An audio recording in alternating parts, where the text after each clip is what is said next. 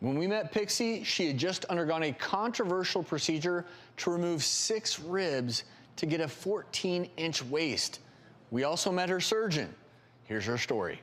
I've always been inspired by cartoons, all the curves and tiny waists. I'm really happy with how I look now, but I still see things that could be fixed. Getting my ribs removed, I have been thinking about for a long time. It's always been like a dream of mine.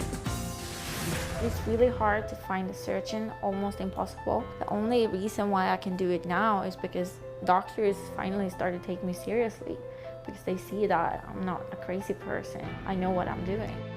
There's nothing complex, extraordinary, or unduly difficult about it. It does require an extremely motivated patient, and I think certainly Pixie would qualify. A motivated patient is somebody who can accept the scars that come from the procedure, as well as is prepared for the discomfort in the short term that comes from taking several ribs. It's not an operation which feels great afterwards, but certainly she's about as motivated a person as you're going to find. Rib number 3, let me know.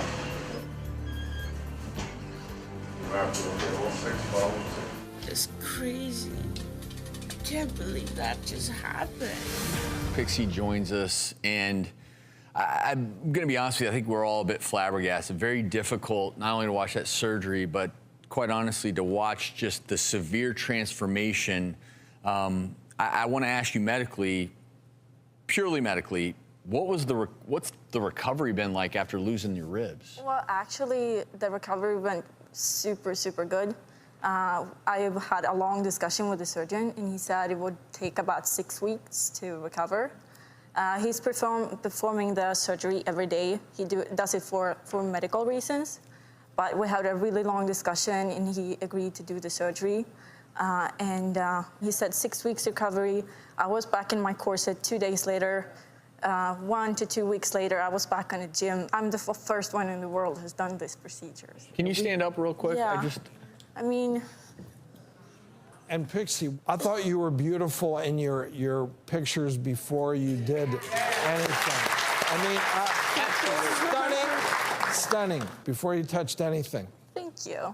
But yeah, you obviously, you didn't feel that way. No, it's not about, everyone thinks it's because I want attention or I didn't like myself before.